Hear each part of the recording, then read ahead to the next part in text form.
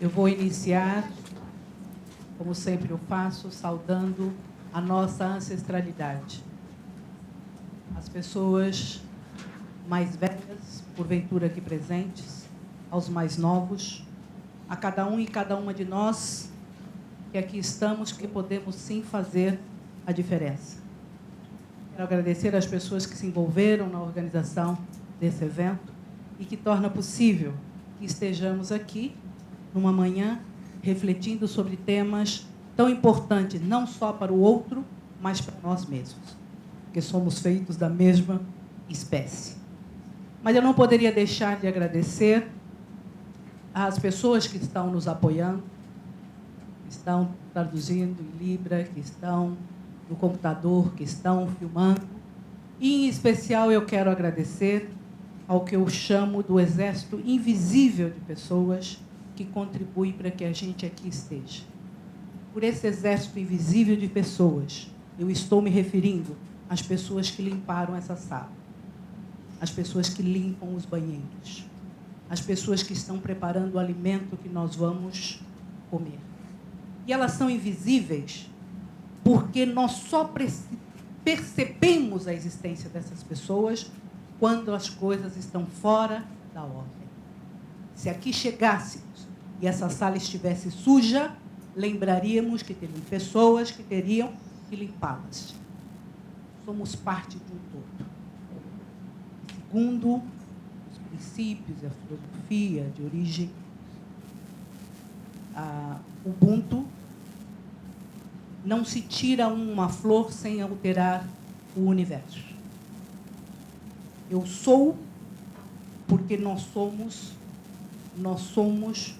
porque eu sou.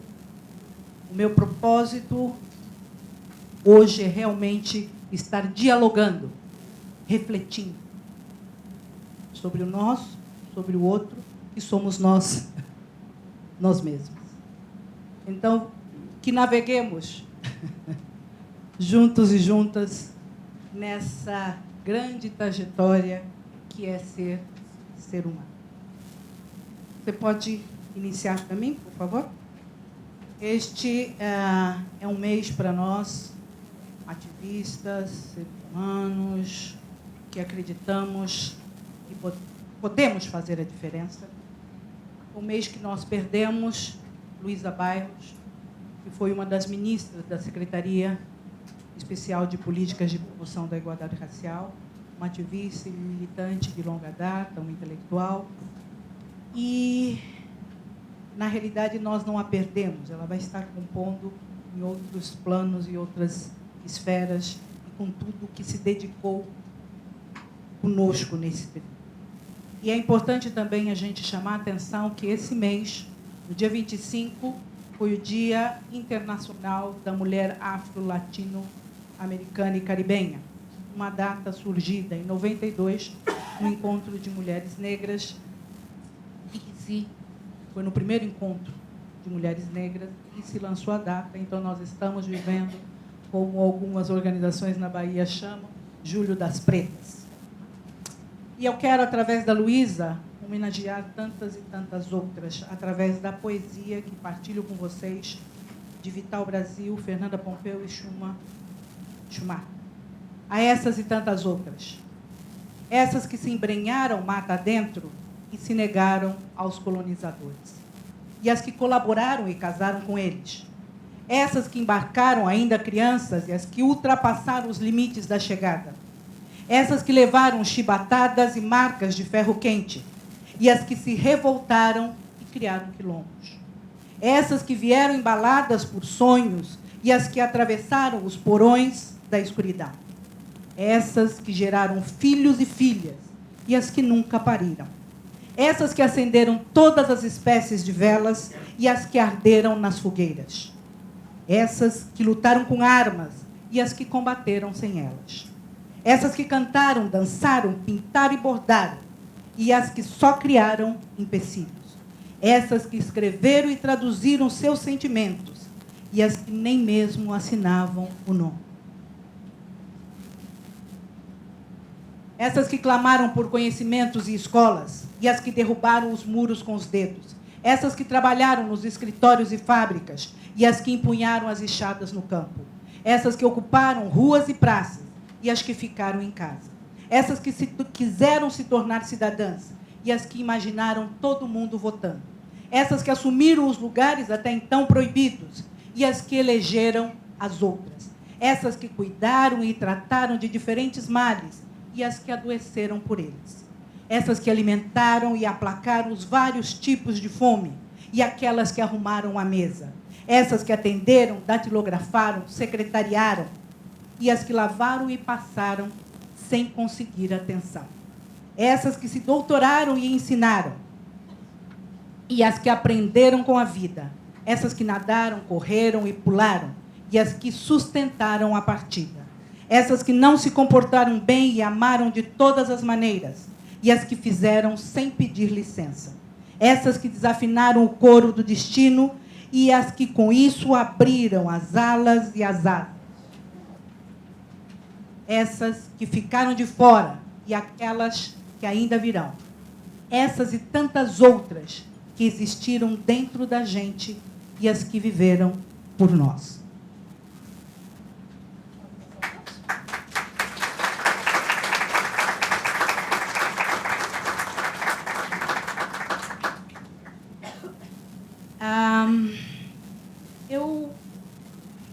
Para vir dialogar com vocês, isso me trouxe uma série de reflexões, de ficar pensando no como dialogar com a categoria, porque eu não sou da categoria. É um outro olhar, né? E ao mesmo tempo, eu avalio que a categoria tem avançado muito nas discussões desta temática dos direitos humanos, das relações raciais, mais do que outras categorias, enquanto categoria, enquanto grupo. E expressando isso, haja visto a resolução de vocês de 2002. Mas eu quero, a partir disso, e por isso eu trago uma fala de Mandela, chamar a atenção do seguinte: vocês escalaram uma montanha, mas existem muitas outras a serem escaladas. Depois de escalar uma montanha muito alta, descobrimos que há muitas outras montanhas para escalar. E é esse o meu convite a vocês. Escalemos. Não há mais como voltar atrás. É seguir em frente. Porque o passado, eu aprendo com o passado. O presente é nossa responsabilidade. É o que nós estamos fazendo que vai definir o que virá. Eu posso lamentar o passado, posso criticar o passado, o presente somos nós. Então, este é um convite à reflexão e a novas escaladas. Eu vou focar a minha reflexão com vocês, aí também por um viés de profissão e de inserção, a partir da saúde pública. E qual a parte que cabe a cada um de nós profissionais, cada uma de nós profissionais neste campo. Mesmo porque, embora muitas vezes a gente não creia piamente,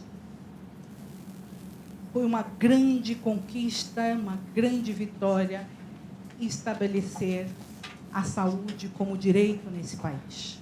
Custaram vidas, horas, tempos, dedicação. E nós não podemos perder isto, porque isso significa reconhecer a saúde como direito.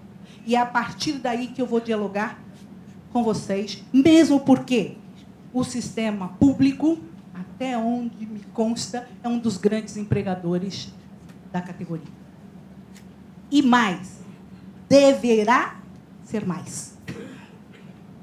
E é a partir disto, da gestão do sistema de saúde, é que eu vou estar dialogando com vocês, falando de relações raciais e outras hierarquias. Não poderia deixar, porque nós temos que estar nos situando onde nós estamos, em que momento nós estamos, dessa larga trajetória pelo direito de ser. 2015 a 2024 é o decênio internacional de afrodescendentes estabelecido pela Organização das Nações Unidas. E a gente tem o componente da saúde nesse plano, que está capitaneado, coordenado pela Organização Pan-Americana de Saúde, que é vinculada à Organização Mundial de Saúde. Essa é Wangari Maathai. Uma mulher que, com a sua liderança, sua militância, seu ativismo, seu querer mudar a realidade, ela é queniana, foi queniana, já falecida, plantou milhões de árvores no Quênia. Milhões. Com o simples fato de estimulando mulheres a irem semeando. Não precisou de ordem, não precisou de projeto, não precisou. Houve a decisão e se saiu semeando e reflorestando o Quênia. Foram mais de milhões de árvores plantadas desta forma. E é dela a fala. Cada um de nós pode fazer a diferença e juntas realizarmos o que parece impossível.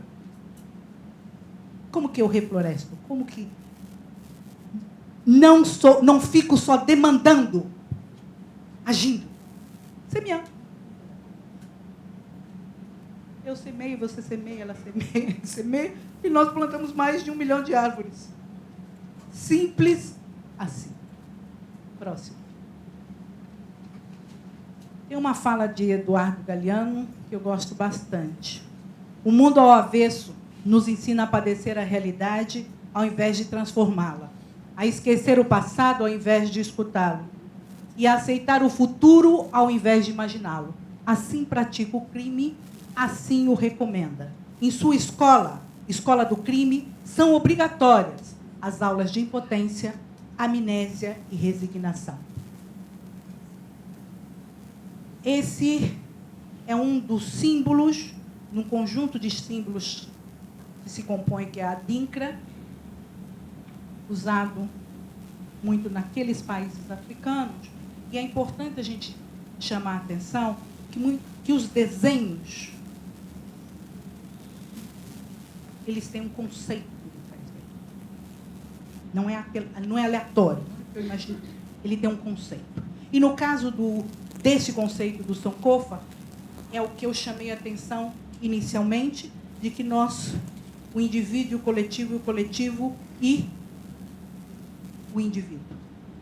Então, este símbolo é o pássaro que ele olha para trás para aprender com o passado. E daí gestar o novo. O ovo que ele traz no bico é para gestar o novo. Mas não é para esconder o passado embaixo do tapete, porque ele está aqui. Nós poucos falamos no sentido de nos debruçarmos sinceramente sobre isso, sobre a escravidão. Então, o que foi? O que são essas dores? Mas ela está aqui.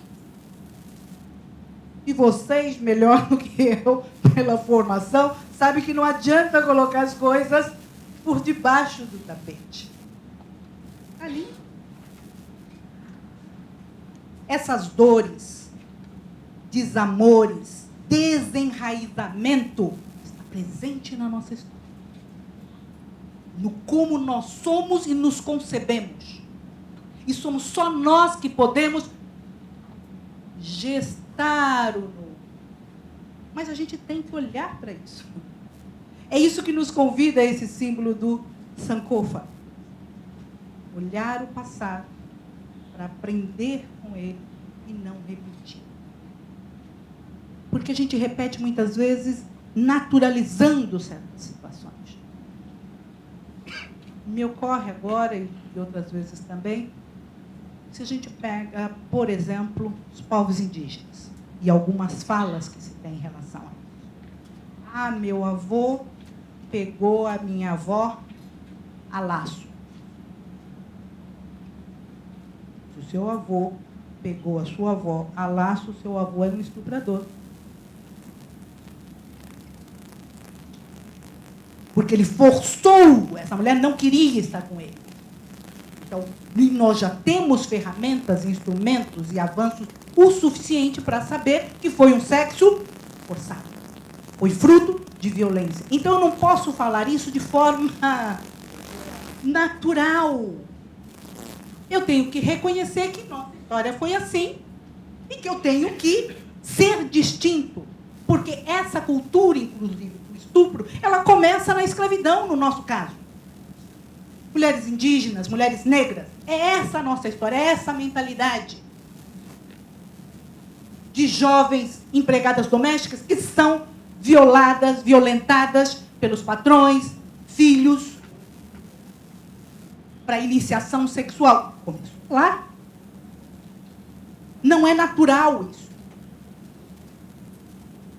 Então, se nós não olharmos e verificarmos o que nós produzimos e não queremos mais produzir, porque essa que é a questão. Nós não queremos mais produzir e ser responsáveis por isso. Portanto, esse é o convite de olhar para trás e seguir em frente, gestando o novo. O próximo, por favor. Ainda dentro desse contexto, ali está. Se quer entender o final, preste atenção no começo. É um provérbio africano, você vê que tem ali uma... A gente conheceu assim, provérbio africano, só que a África é um continente. Eu estou repassando conforme eu conheci, mas eu reconheço que tem um reducionismo ali. E esse reducionismo nós replicamos no dia a dia. Ah, era um africano. Tá, um africano da onde? Desnaturalizados. Isso são 2 pontos de tráfico de seres humanos. E o tráfico de seres humanos de origem africana foi considerado um crime contra a humanidade. Na Conferência de Durban. Um crime contra a humanidade. Esse aqui é no Senegal, o outro em Gana. Este do Senegal, aquela porta era onde seres humanos eram embarcados. E é chamada a porta do nunca mais. Porque dali era o oceano. E como tática e estratégia de divisão e submissão, ao estarem nesses locais, se separavam pais de filhos, de mulheres, por idades, e se mandavam para países distintos. Se ponham nesse lugar. Isso é um desastre. Eu arranco a árvore e ela fica com as raízes suspensas e chega aqui e em outros cantos das Américas. É desse lugar que nós temos que falar. É a partir deste lugar. Qual o impacto na psique disso? Qual o impacto de não chorar e vivenciar efetivamente essa dor? O que isso implica no ser hoje, na identidade hoje dessa história inconclusa porque não falada, não trabalhada? É com isso que vocês, profissionais, vão estar estão lidando. Aqui, no caso, nós estamos falando da população negra, mas a gente também poderia estender isso para os povos indígenas e outros povos, frutos da discriminação e do racismo. Quando você está atendendo, ela traz isso. E você também traz, porque quando a gente vai falar do racismo, você tem a questão institucional, você tem as relações interpessoais, esse é o mais percebido. Ah, eu fui lá no shopping e não me deixou entrar, ela me falou, me chamou. Ah, esse é o que nós gritamos. Trabalhamos pouco. O institucional, são essas regras, normas, e não trabalhamos o que nós internalizamos. negros, brancos. Não vou entrar no debate, no diálogo sobre a questão da branquitude, porque eu queria que a Lia o fará. Mas o que é ser branco nessa relação? Nós falamos pouco sobre isso. Próximo. Próximo. Eu uso bastante essa imagem. Um pintor que viveu aqui, Modesto Brocos e Gomes, ele pintou a Redenção de Cã em 1895 aqui no Brasil. Esse quadro está no Museu Nacional aqui do Rio de Janeiro. O que ele vai mostrar? Uma mulher negra de pele mais escura, a sua filha, ou essa outra mulher de uma pele mais clara, um homem branco, e daí para frente salvou-se o paraíso. Esse é o projeto de nação. Eliminar física e culturalmente o outro. São essas as nossas bases. Então, todo o processo de incentivo à migração, ele esteve baseado nisso. Então, não é institucional. Se discute trazer o alemão, o italiano, para melhorar a raça. E vocês vejam que aí a gente pode também verificar o papel do homem branco, do patriarca, porque eu não estou cruzando o negro com branca. É o homem branco e as mulheres. E eu daí...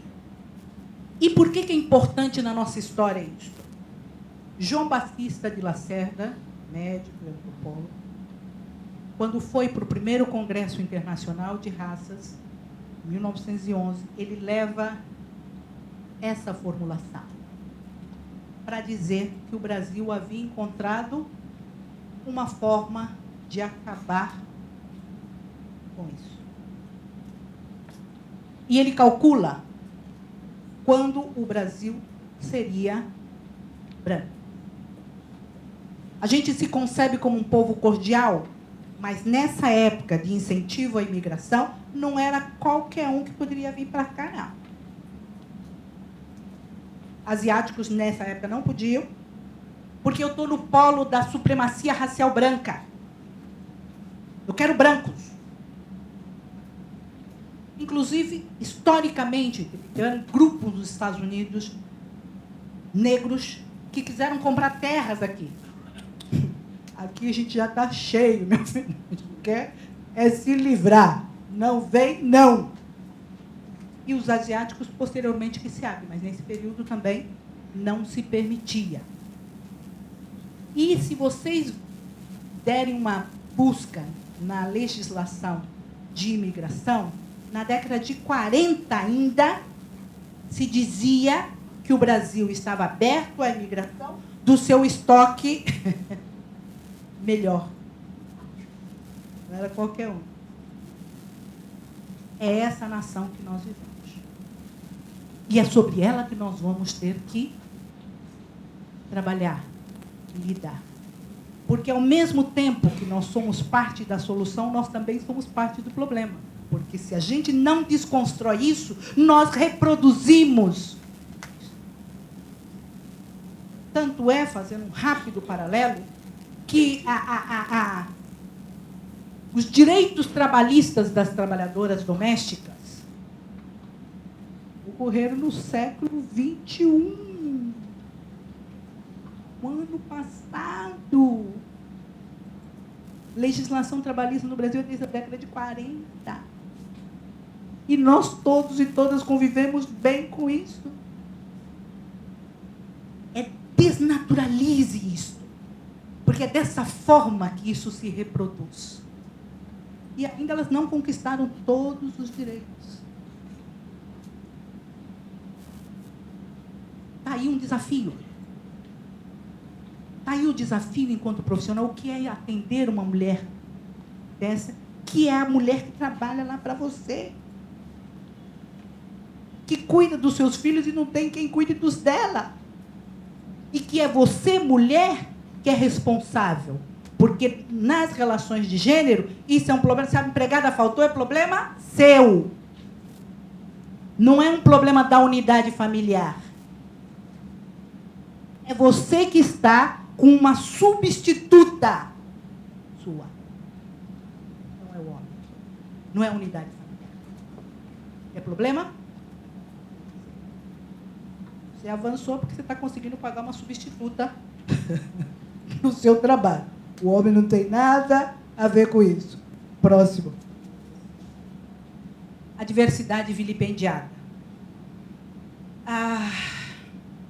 Atuar num país como esse, numa sociedade como essa, requer que a gente esteja disposto e disposta a escalar muitas montanhas. Se nós formos tratar de invisibilidade,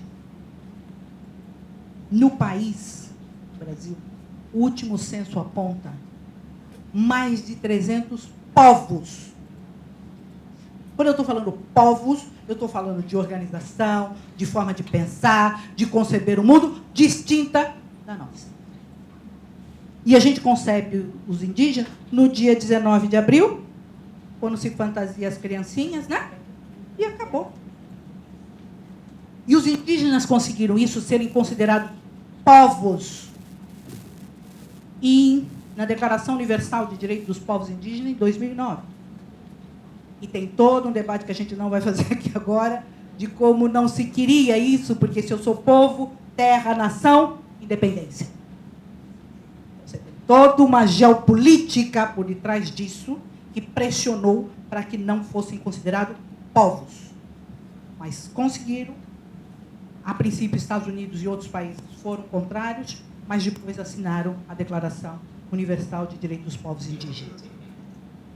Ciganos estão aqui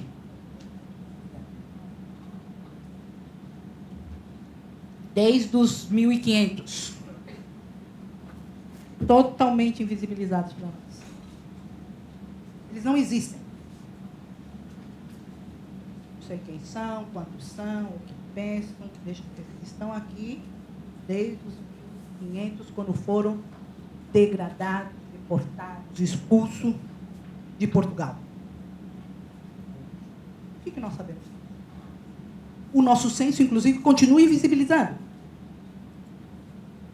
Sabe-se por estimativa que a população de ciganos no país é maior do que a população indígena, numericamente falando. Como nós estamos preparados e preparadas para atender essas pessoas? Como pensam? Como se organizam? O que a gente sabe, às vezes, e são distintos e também tem etnias aí dentro, ou seja, aí eu vou fazer um rápido paralelo com o processo de formação nosso e de vocês. Nós não sabemos o que é o Brasil. Isso. E somos nós é que vamos ter que, se queremos realmente lidar com os direitos humanos. Os ciganos são humanos. Até prova em contrário. Como o nosso processo de formação reflete isso? Não estou nem dizendo que eles tenham que ser atendidos ou não pelos psicólogos, não é isso. Mas quando a gente está falando desse sujeito, dessa psique, nós estamos falando de um grupo, de um molde. Nós somos vários. E aí, eu acho que enquanto categoria, organização da categoria, se você pega a Lei 10.639, fala do ensino, da história, da cultura africana e afro-brasileira, né, como obrigatória, e a 11.645 em relação aos povos indígenas, basta a gente colocar lá no Googlezinho que ele responde tudo nesse sentido. 11.645 é dos povos indígenas e a 10.639 em relação aos afrodescendentes. Agora, qual é a grande questão por detrás disso? Porque as pessoas falam, 10639 não está sendo implementado. Não é a 10639 que está sendo implementada. Não estão sendo cumpridas as diretrizes nacionais da educação nesse país. Porque a 10639, a 11645, ela altera as diretrizes. Mas ninguém está nem aí. Não está cumprindo. Ponto. Não estão cumprindo as escolas de ensino fundamental e médio, não estão cumprindo as universidades, não está cumprindo o curso de psicologia. Porque se você pega a resolução do Conselho Nacional de Educação, 2004, ela diz e deixa explícito, e daí todo mundo faz de conta que não está explícito, que isso está voltado só para a área de pedagogia e de educação. Não é isto. O próprio governo, na sua fiscalização, mais do que governo, Estado, política de Estado, não cumpre, porque ao avaliar as universidades, eles deveriam avaliar se isso está sendo cumprido. Eu não fui formada assim, vocês não foram, e seus filhos e filhas também não estão sendo, e nós estamos calados. Essa conivência. Essa história que no Brasil as leis pegam ou não pegam. Ainda que sejam propostas para que a gente realmente respeite-se, respeite-se, auto-respeite. Aquela, só chamar a atenção daquela foto ali, e vou correr porque eu falo mais do homem da cobra vendendo a pomada que é bom para tudo.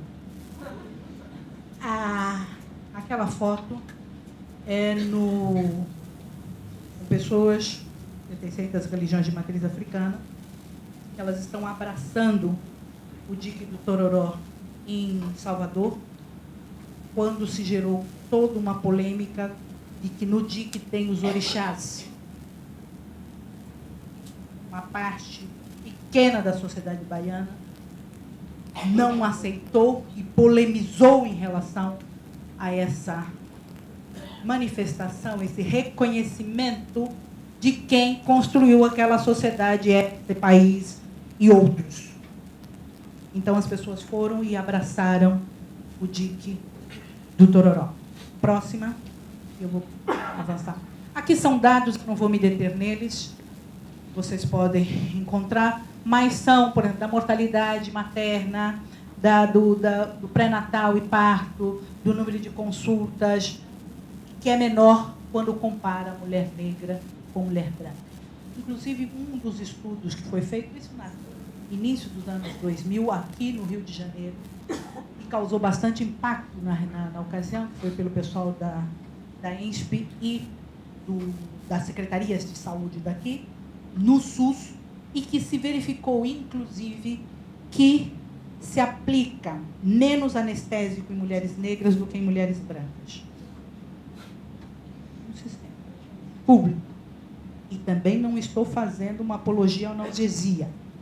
Estou dizendo que quando há necessidade, por quê? Porque essa forma que eu concebo essa mulher, que é forte, sobe morro, desce morro, apanha, bate, ela não precisa de uma anestesiazinha.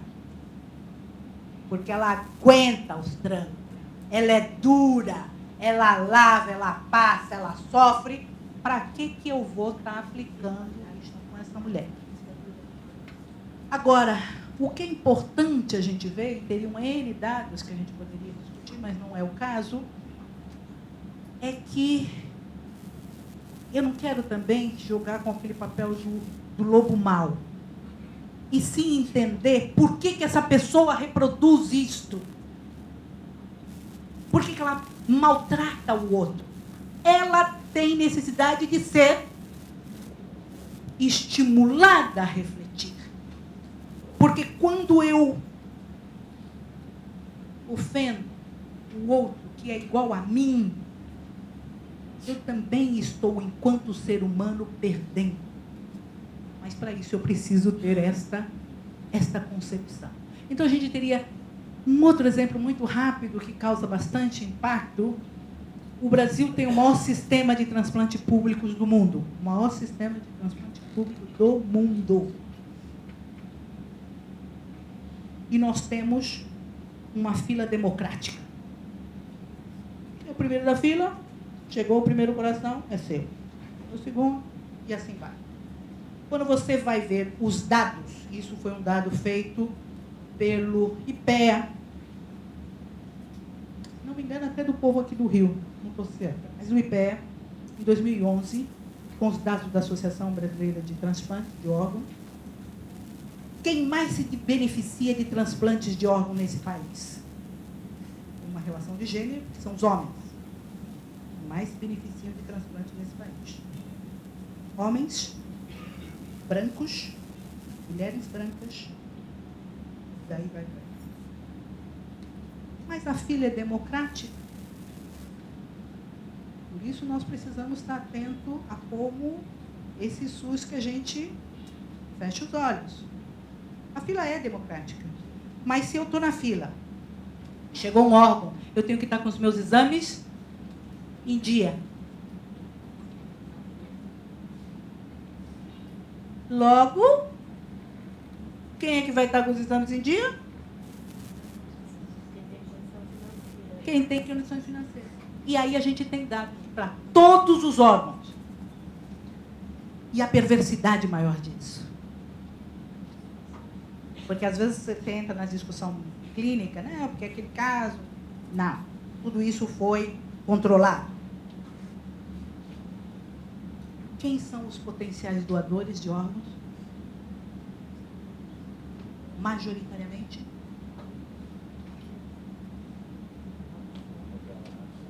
Assassinatos, homicídios que morrem em pleno vigor. Pleno vigor.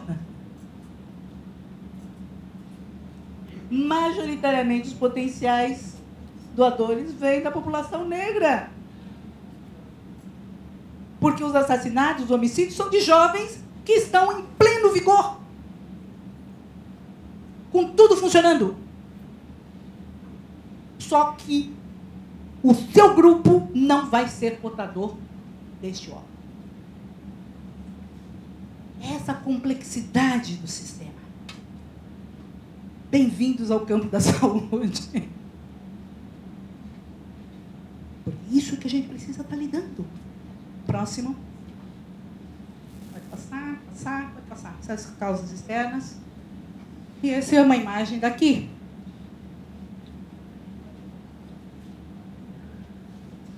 Isso é uma fala do Boaventura de Souza Santos. A viragem descolonial, esta só ocorrerá se o racismo for confrontado por uma vontade política desracializante, firme e sustentável. A construção dessa vontade política é um processo complexo. Porque nós também vamos ter que abrir mão de um monte de coisas.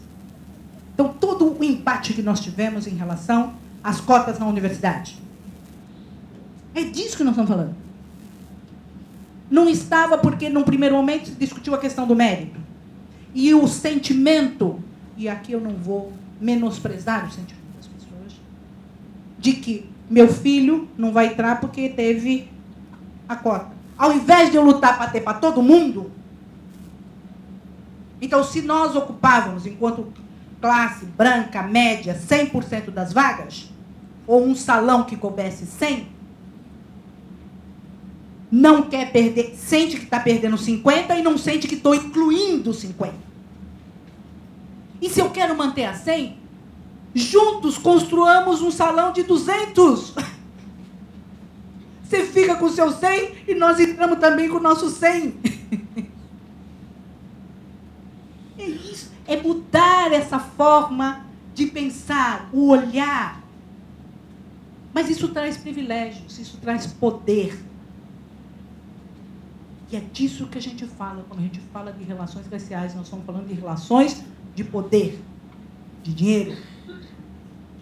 Precisamos enfrentar isto e verificar que projeto de sociedade efetivamente nós queremos e quem quiser. Próximo.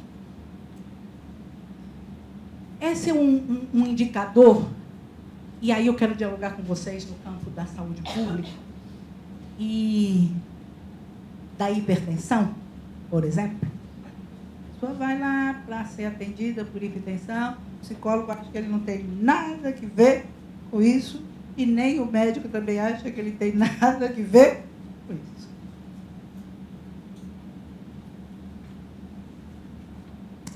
Esse indicador chama-se Heightened Vigilance, que eu traduzi como estado de sempre alerta. É como grupos que são estigmatizados estão o tempo todo.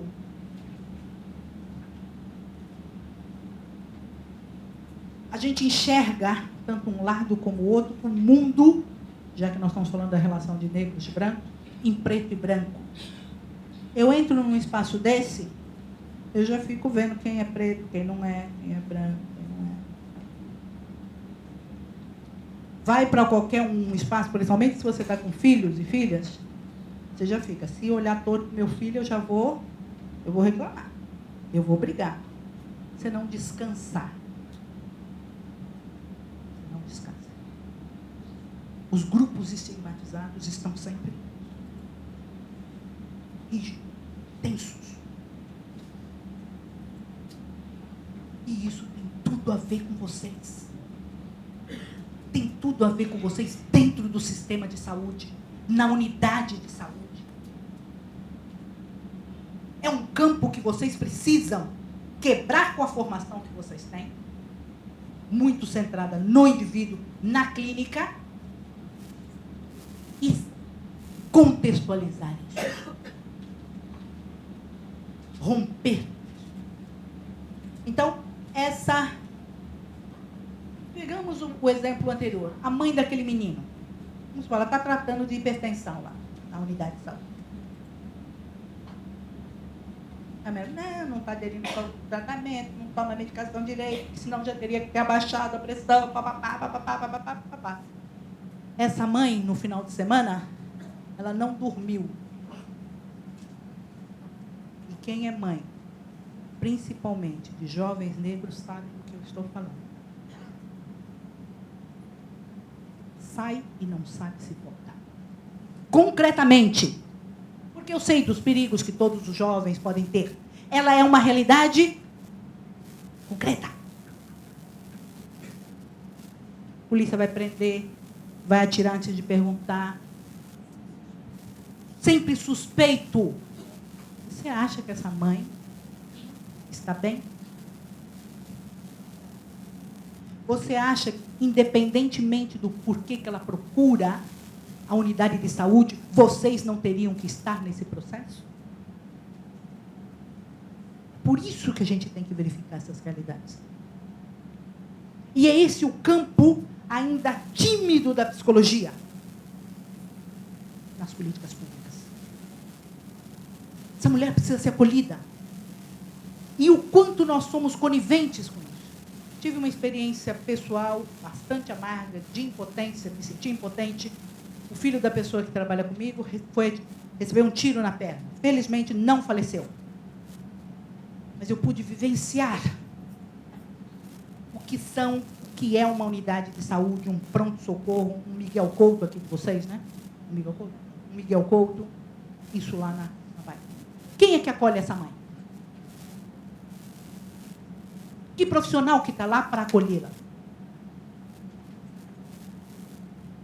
Porque ela está desfeita, desmantelada. Sabe que o filho não fez nada, só pelo simples fato de estar jogando bola numa tarde, na periferia, recebeu um tiro. E que ainda agradece por não ter sido morto. Quem que acolhe essa mãe lá no Miguel Couto?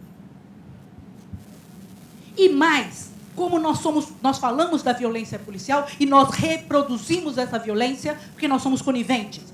Quando esse policial chega lá com esse menino algemado, que fica na maca algemado, muitas vezes, de forma ilegal, porque eles não registraram o caso, não deram flagrante, porque não precisa, nós, todos os profissionais no hospital, na unidade de saúde, agimos como se eles estivessem com um bandido. Ninguém pede na unidade de saúde, cadê o flagrante?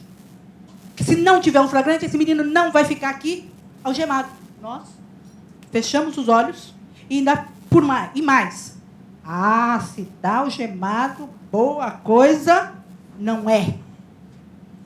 É dessa forma que a gente reproduz o sistema. É isso que a gente chama de racismo institucional. Ele não tem nome.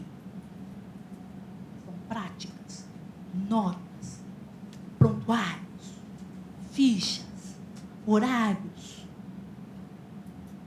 e que não acolhem essa mulher. Então, no Heightened Vigilância, a ideia é essa, né? A pessoa está sempre alerta, e esse vai ser, porque a pressão alta é multicausal, mas esse é um dos fatores que a gente deve levar em conta, assim como para diabetes, uma série de coisas.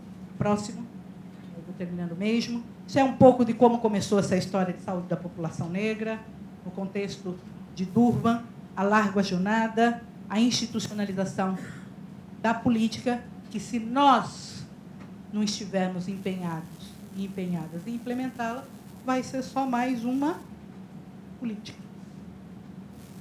E aí, falando um pouco mais da gestão, eu tenho acompanhado, pelo ofício que estou no momento, quando as secretarias municipais de saúde fazem o pacto. É um sistema que chama CISPACto, onde se elencam alguns indicadores que são prioritários e que vão ser pactuados no conjunto da região e depois por cada secretaria. Uma coisa é a gente discutir essas diretrizes. A outra coisa que nós também não prestamos atenção é quem são os gestores e gestoras que estão lá na ponta. Parte deles, eu costumava dizer, não sabe se o SUS é de beber ou comer. Aí um amigo meu, e nem sabe se é de passar no rosto. Eles conhecem. Então, todas essas discussões, humaniza SUS, quando chega lá na hora de pactuar, nada disso entra em conta. E no caso de vocês, tem 2 indicadores que estão presentes no CISPAC, é onde, se não me falha a memória. Um é em relação à notificação das violências doméstica, sexual. Esse é um indicador que é pactuado. E o outro é o número de CAPs nos municípios. Como que vocês estão discutindo isso? Como que discute a necessidade? Como que vocês empurram o sistema para que se amplie, ou diminua, ou reverta essa estratégia? É disso que eu estou falando quando eu falo em saúde pública e de vocês nessa grande e complexa família. O indicador está lá. Quando chega lá na ponta, o gestor pode baixar aí. Beto, não vai dar para alcançar, não. Pode baixar, pode baixar. É como se fosse uma feira. As discussões de conteúdo e de necessidade, se nós não estivermos vigilando, elas não acontecem. O sistema é muito bem pensado, excelentes diretrizes, eu diria, mas quando chega... Porque a gente também se ausenta disso.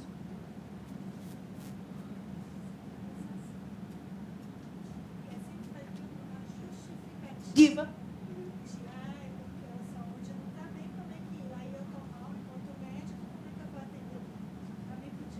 Demais. Então, são essas... Quando eu levanto isso, é porque são as montanhas que precisam ser escaladas. Tudo isso é responsabilidade nossa também.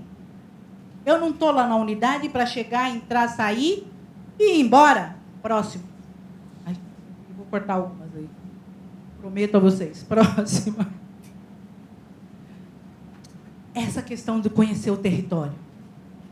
Essa mulher pariu na ladeira da preguiça lá em Salvador. Ela é responsabilidade de todos nós que estamos no sistema. Porque a unidade de saúde O CAPS ele tem que estar territorializado. Eu tenho que conhecer o território. Tenho que conhecer as necessidades do território. Não é só uma paisagem. Que eu chego, entro, saio e não sei o que se passa ali naquele meio. A foto, eu só coloquei uma parte. O bebê está aqui. Ela ainda está com o cordão. O bebê está aqui. Como era uma foto que para mim, porque daí veio com fezes, com tudo. Se nós estamos numa unidade de saúde, tem um território, essa pessoa é parte desse território. Próximo, por favor. A ausência de dados permite minimizar ou negar os fatos. Uma fala do Iane. E essas mãos são as mãos de cordeiros e cordeiras no Carnaval de Salvador. Principalmente na Barra, aonde a classe média branca, de fora da cidade principalmente, pula dentro da corda, os cordeiros e cordeiras seguram a corda e a massa da população negra está na pipoca, pula do lado. E nós naturalizamos isso. Os grandes trios naturalizam, faz parte da nossa cultura. Vocês tiveram a oportunidade de observar esse ano, eu observei bastante isso. Esses cordeiros e cordeiras, eles ficam sentados assim no chão, perto dos caminhões, esperando para serem chamados. Mercado de pessoas escravizadas, não tem diferença nenhuma em pleno século XXI. Isso somos nós, Brasil. Próximo. Próximo.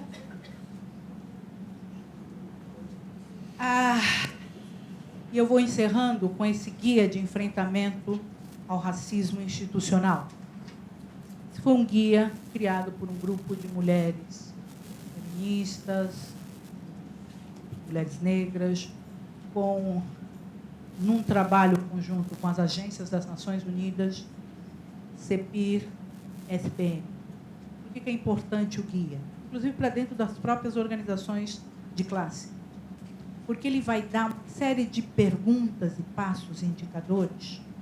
Por exemplo, a diversidade está refletida na composição da direção? A relação de gênero está refletida? São indicadores úteis para a gente utilizar em distintas instâncias. A formulação de políticas. Quais são os mecanismos internos em cada instituição para monitorar e alterar isso? Porque a gente se naturaliza, né? Chega num lugar. Eu, muitas vezes, participo de algumas reuniões no Estado, lá, Bahia. 80% da população é negra. E, muitas vezes, nessa reunião, a única negra sou eu. Eu tenho que desnaturalizar isto, porque só tem um caminho. Ou você acha que o outro grupo é realmente inferior, ou você tem que achar que alguma coisa está errada. Como está errado eu ligar a televisão, a imensa maioria, para a gente pegar dos jornalistas, brancos, homens, brancos. Ou vocês vão achar que a gente é muito burrinha mesmo, ou tem alguma coisa acontecendo aí. Só que isso traz privilégios, e é esse núcleo duro de poder que a gente precisa lidar com isso. A gente naturaliza. É normal. O outro é uma... Eu estava hospedada, e agradeço, no Windsor. Eu entro no restaurante, todo mundo fica meio assim.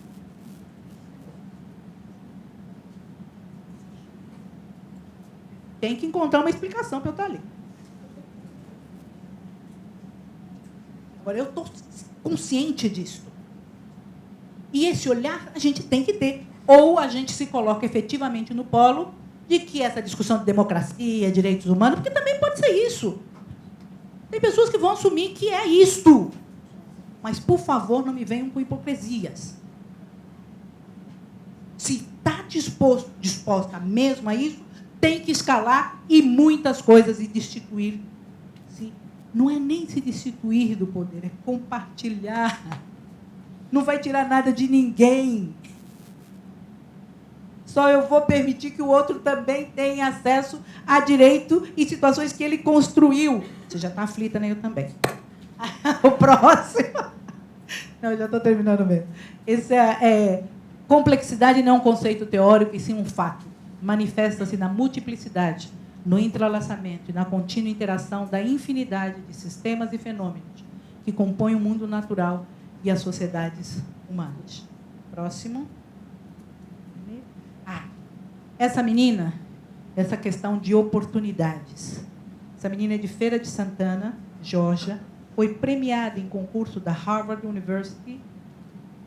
Ela criou um kit que diagnostica de forma mais rápida e barata a endometriose, a afecção inflamatória no útero que atinge cerca de 6 milhões de mulheres no Brasil e 70 milhões de mulheres no mundo. É isso quando a gente dá oportunidade. Quantos talentos nós temos. E ela ganhou bolsa agora para estudar em Harvard. Uma menina que a professora incentivou, aquela professora que deu atenção, que incentivou, criou. E muitas das nossas crianças, não precisa nem estudar em Harvard, mas reconhecer, escutar, ouvir, permitir que sejam. Agora terminou? A próxima. Terminou também. Um outro mundo é possível, desde que a gente esteja disposto e disposta a gestar. Obrigada.